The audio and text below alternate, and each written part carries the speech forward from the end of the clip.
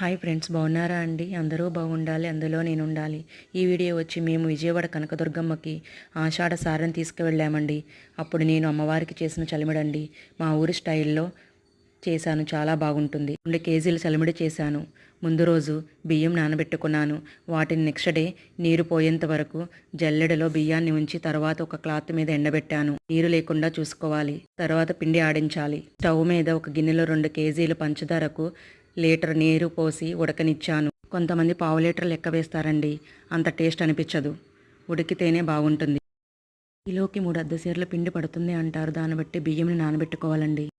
పాకం వచ్చిందో లేదో ఒక అల్యూమినియం ప్లేట్లో వేసి చూసుకోవాలి. పాకం ఉండకి వచ్చాక వేయించుకున్న కొబ్బరి ముక్కలు, యాలుక్కాయల పౌడరు, 400 గ్రాముల నెయ్యి వేసి తిప్పాలి. పాకం గిన్నెను స్టవ్ మీద నుంచి కిందకి ఉంచి పిండిని మెల్లగా చల్లుతూ ఉండలు లేకుండా పాకంలో తిప్పాలండి. స్టవ్ మీద ఉంటే మాడిపోతుంది. మనం తిప్పే తెడ్డు నుంచి జారకుండా చూసుకోవాలి.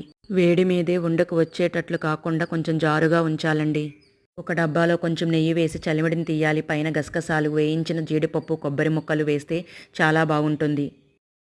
నెలన్నర నిలవ ఉంటుంది. నెయ్యి వేసాం కాబట్టి చాలా బాగుంటుందండి.